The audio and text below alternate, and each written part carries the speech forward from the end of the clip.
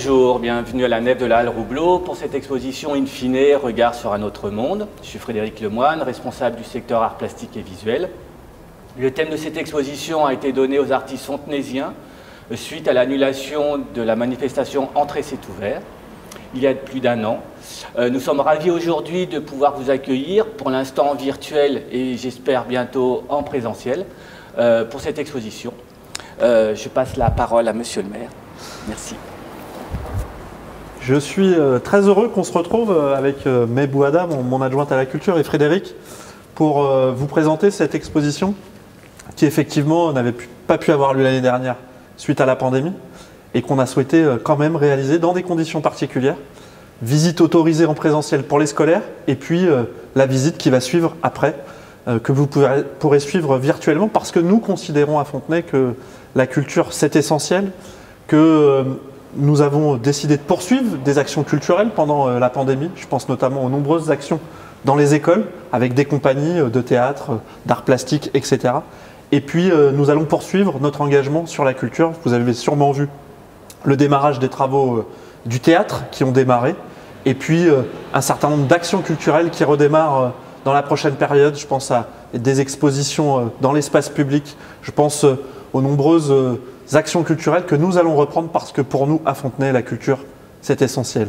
Je vous invite donc à visiter cette exposition. Nous nous retrouverons après avec May Bouhadda, maire adjointe à la culture, de façon à partager autour des œuvres des artistes fontenaisiens et fontenaisiennes. Je vous invite à entrer dans l'exposition, non pas comme un visiteur, mais comme un chercheur, afin de trouver en vous, au-delà de l'aspect esthétique, narratif, symbolique des œuvres, les éléments répondant à la question « Regard sur un autre monde ».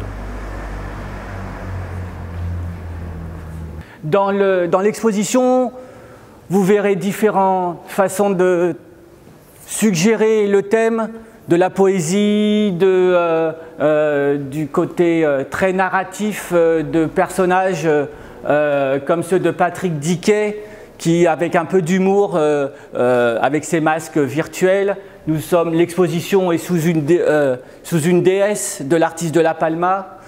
Nous avons des artistes comme Valérie Moati qui a retrouvé le symbole après le premier confinement, c'était le printemps, donc les fleurs, toute la nature colorée qui est revenue à la vie. Donc tous ces éléments permettent aux artistes de travailler au plus près du thème, sachant qu'en même temps, ça fait près d'un an que le sujet leur a été donné, et donc des œuvres ont évolué, et le regard aussi, leurs ressentis ont évolué.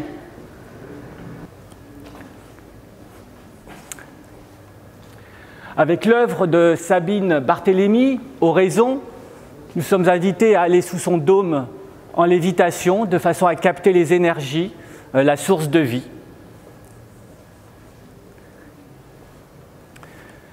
Avec l'œuvre de Solange Carvalho, Rouge, des formes groupées, nous sommes un peu dans l'abstraction des formes et des motifs puisés dans la nature.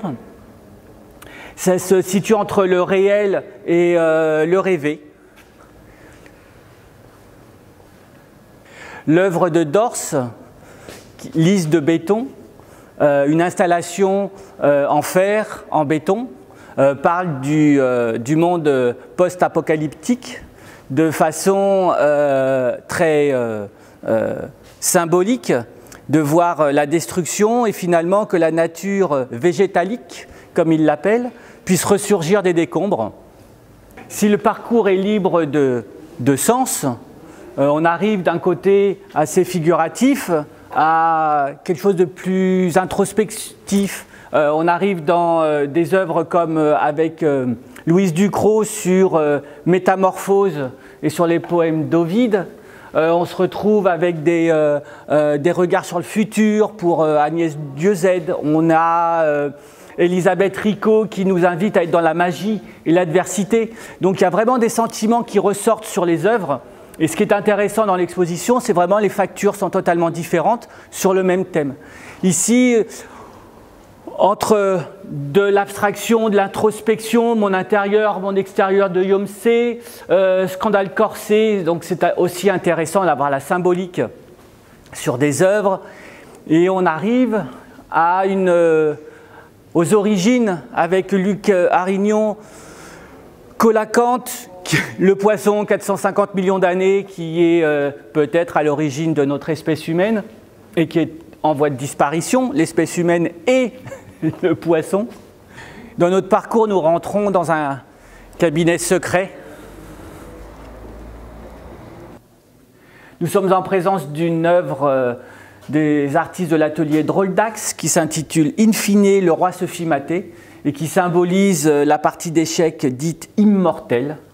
Ça symbolise un esprit romantique, des attaques échevelées, des sacrifices à répétition.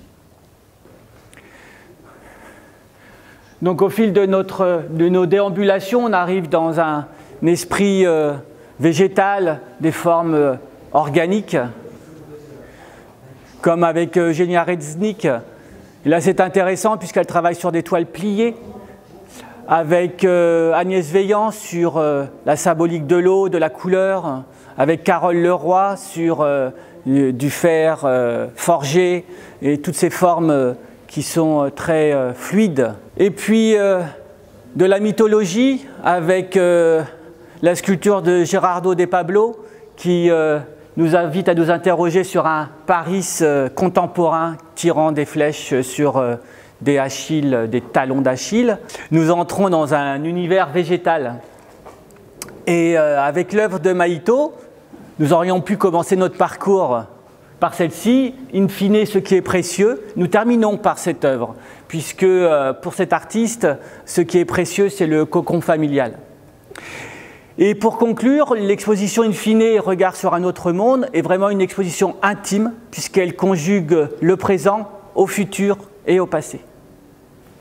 Frédéric, merci beaucoup pour cette très belle exposition que nous venons de voir de la quarantaine d'artistes fontenaisiens, in fine, Regard sur un autre monde. Effectivement, cette exposition qui a eu enfin lieu et qui va pouvoir accueillir les enfants de Fontenay pour l'instant, les enfants des écoles qui ont réservé et qui peuvent encore un petit peu s'apprêter à venir. Hein. On a des centres de loisirs aussi qui peuvent venir. En revanche, pour les adultes, il faudra attendre un petit peu, mais on est quasi sûr que quand même vous pourrez regarder, enfin on espère absolument. À Fontenay, c'est extrêmement important depuis le mois de mars de tenir sur la valeur de l'art, sur la nécessité de l'art.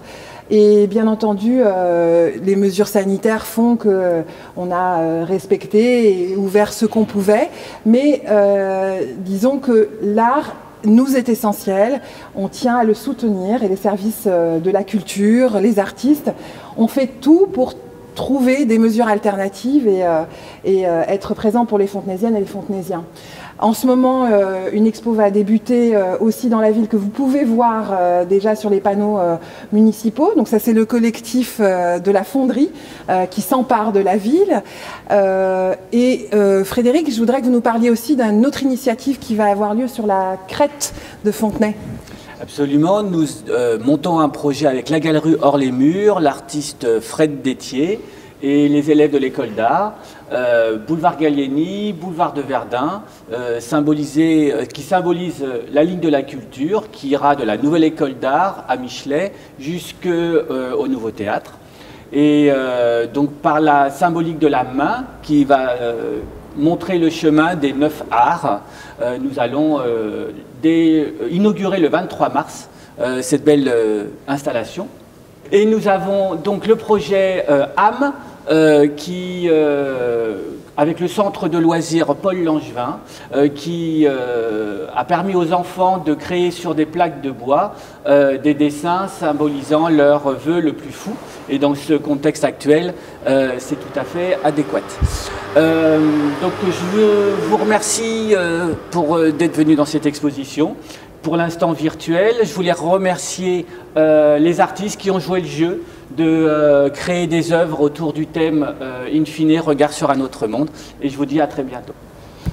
Oui, je voulais ajouter tout de même si on se retrouve très vite, que dans cette exposition, il y a aussi une part de travail collaboratif avec les enfants. C'est-à-dire qu'une fois qu'ils auront visité l'expo, ils pourront travailler aussi à donner leur regard sur le monde dans lequel on est. Est-ce que vous pouvez nous en dire quelques mots? Absolument. Les scolaires sont invités, après avoir une médiation autour de l'exposition, à créer eux-mêmes des œuvres à la craie sur les murs de la nef dédiées pour cela, avec le postulat « La Terre est ronde ». Et donc, ils pourront exprimer leur regard sur un autre monde. Ouais. Il faut comprendre qu'à l'heure actuelle et depuis des mois, en fait, les enfants sont très privilégiés à Fontenay parce que la plupart du temps, ils ont quand même la possibilité d'avoir leur cours au conservatoire, ce que n'ont malheureusement pas encore pour l'instant les adultes. Et on essaye de tenir, et je remercie aussi beaucoup tous les professeurs du conservatoire et de l'école d'art de tenir les ateliers, d'avoir travaillé sur des dispositifs inventifs, créatifs, malgré les conditions si difficiles et périlleuses, pour tenir la relation avec les enfants artistiques et culturels. Et c'est très important pour nous. Voilà. Merci. Merci.